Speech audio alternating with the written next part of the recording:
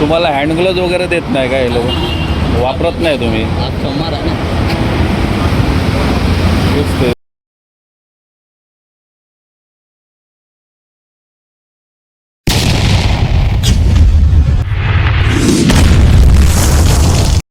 आज ऐरोली येथे आहोत आणि ऐरोलीचा मुलुंड आणि ऐरोलीचा जो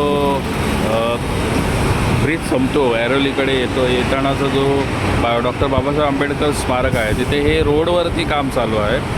गटार साफ करण्याचं काम चालू आहे, पण कुठल्या प्रकारची त्यांना सुविधा दिलेली नाही आहे की जसे की हँड ग्लोव्ज किंवा बूट वगैरे जे आहेत ते दिलेलं नाही. हा जो रोड आहे तो इकडे आपला घनसोली किंवा ऐरोली कोपरखैरण्याकडे जाणं म्हणजे वाशीकडे जाणारा रोड आहे हा समोरचा, आणि इकडची बाजू जी आहे ती पूर्णपणे मुलुंडच्या दिशेची आहे, म्हणजे मुंबईच्या दिशेला आहे. आणि या ठिकाणी काम चालू आहे आणि ते तुम्ही बघू शकता व्हिडिओमध्ये की कशाप्रकारे ते विदाऊट कोणती सेफ्टी आणि काही हँड ग्लोव्ज किंवा हातानेच कचरा सगळा उचलत आहेत. बूट वगैरे किंवा हँड ग्लोव्ज वगैरे असं कुठल्या प्रकारे यांच्याकडे साहित्य नाही आहे. तसंच कुठलाही पालिकेचा कर्मचारी किंवा सुपरवायझर अधिकारीसुद्धा इथे नाही आहे. इथे कामगारांना विचारलं असता इथे उत्तर देणारा किंवा त्यांची काम करत असताना जी काळजी घ्यावी लागते, देखरेख करावी लागते, तसा कोणीही व्यक्ती इथे उपलब्ध नाही आहे तेव्हा. आणि ते आपण बघू शकता इथे बोर्डसुद्धा लागलेला आहे महानगरपालिकेच्या कॉन्ट्रॅक्टरचा. अशा प्रकारे इथे आजही लोकांना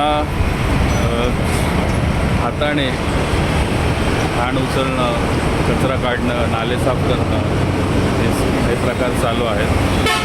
अत्याधुनिक सगळ्या गोष्टी होत चाललेला आहे देश, पण कुठेतरी ही सिस्टम कुठेतरी बदलायला हवी असं महानगरपालिकेला वाटत नाही का?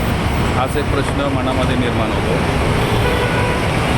तेव्हा आपणच या व्हिडिओला जास्तीत जास्त लोकांपर्यंत पसरवा आणि जे काम करणारे ह्या कर्मचाऱ्यांना हे कॉन्ट्रॅक्ट बेस असतील आणि यांनासुद्धा जे काही साधनं असतात हँड ग्लोव्ज किंवा जे काही तुम्ही बूट वगैरे गमबूट वगैरे जे आहेत ते सगळे प्रोव्हाइड करणं गरजेचं आहे.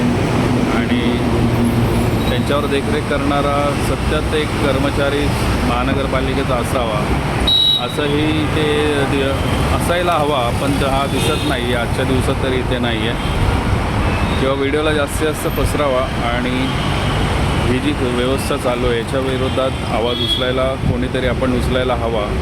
तेव्हा पुन्हा भेटूयात नवीन व्हिडिओमध्ये. तोपर्यंत जय भीम, जय भारत.